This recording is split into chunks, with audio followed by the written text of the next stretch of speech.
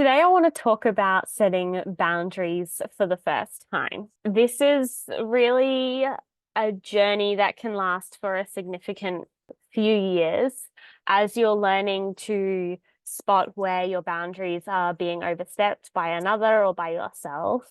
Over the years, you hone in your skills and you begin to notice all the subtle ways where your boundaries are leaking in life, or maybe even where you can tighten up your boundaries around things so that your life feels more rewarding. So, say, for example, you see friends on the weekend and you see them for 3 hours, but 3 hours feels like it is cutting into some of your other duties, like getting the washing done for the week and the food prep done for the week.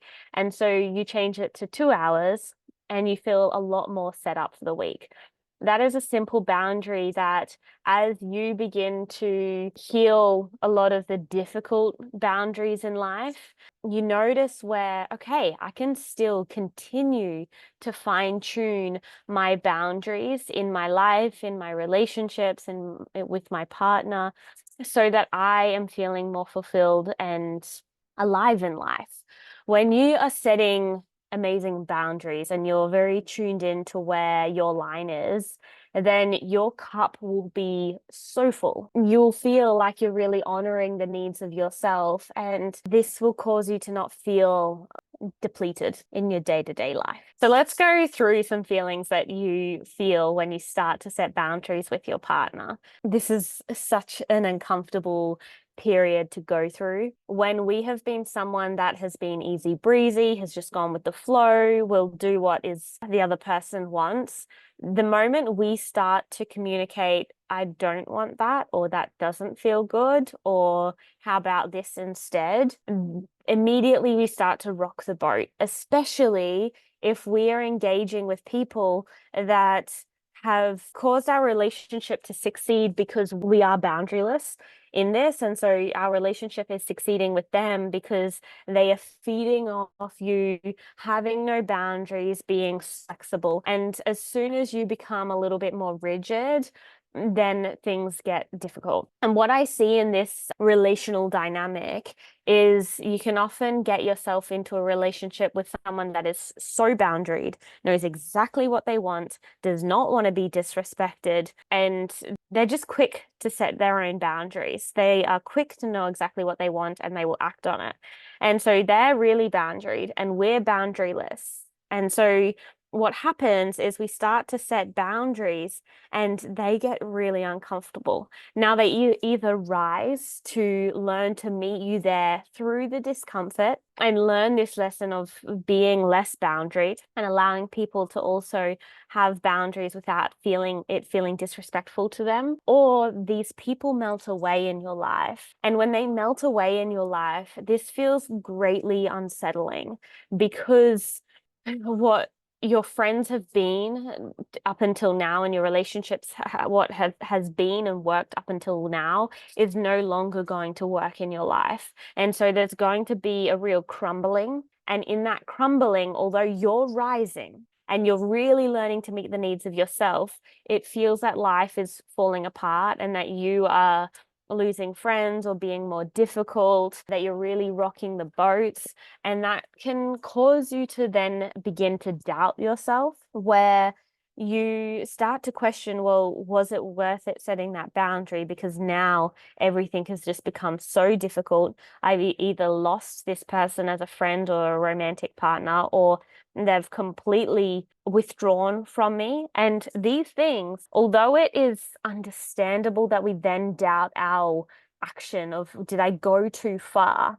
If someone is fully reactive to your boundary, as opposed to saying, hey, look, when you said XYZ, or when you did XYZ, or when you wanted XYZ, that really impacted me. Can we talk about this? This would be a healthy response. But if they shut it in your face, if they run, if they stonewall you, if they defend themselves, these are signs that these people in your life aren't able to hold your boundaries. Now, don't cut it off necessarily just then. Continue to hold your boundaries and see if they can meet you there. But if they can't meet you there, don't compromise on your boundaries.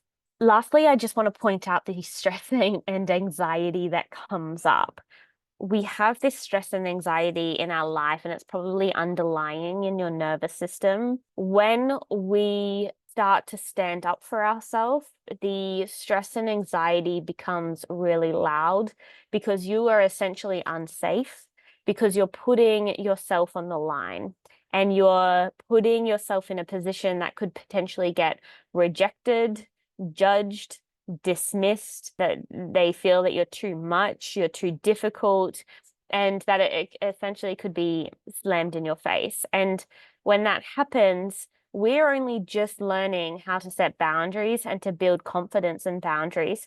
And when we're going out on the line, learning to build confidence in our own boundaries, and we're left completely shaken, then it can feel like a long road to build confidence because every time we go out, we get knocked around. However, coming back to what I said before, is if we're being knocked around, this is absolutely a sign that you're on the right track with the boundary, and the person's reaction is actually what is unhealthy. And the reason why you would have compromised for so long on setting the boundary, of not wanting to set the boundary because you felt that you would get this reaction in them. Now, was your boundary too difficult, or was it too harsh, or did it come across too strong? When we begin to set boundaries, they do come out strong because we need our strength in order to be able to follow through with the boundary. Have you been too harsh or have you been too strong? We often need this energy. And the more that you continue to set boundaries time and time again, then you will feel very comfortable within your own strength that you may not need to come across strong or certain or harsh because you believe in your own safety. And so you can say it in a calm manner, but a clear manner, and just ask that it be respected as opposed to bring energy forward with that. This takes time, and it's kind of like learning to first crawl before you can run and walk. So first, allow yourself to set the boundaries that you feel, was that bad, or was that too much, or was that messy? Allow yourself to do all of that and just celebrate the fact that you are honoring yourself, even if it's messy. This stage is about honoring yourself. This stage is about having self-respect at the potential cost of losing the love of the people that you really love around you, because you're no longer willing to be in romantic relationships or lifestyle experiences that leave you feeling emptier at the end of the day. So I hope that helped. This is a journey. It is often can be painful or brings up a lot of anxiety at times, but it is also a journey that really leads you to your most empowerment. So this is an exciting one, even though it's a challenging one, and it will really change your life. If you are in a position that has where you're noticing where you've been boundaryless and you're wanting to start setting boundaries in your life, by all means reach out to me. I offer one-to-one support. I also offer a support community for women in affair relationships, and you can get help with me there as well. So I hope that helps. Bye for now.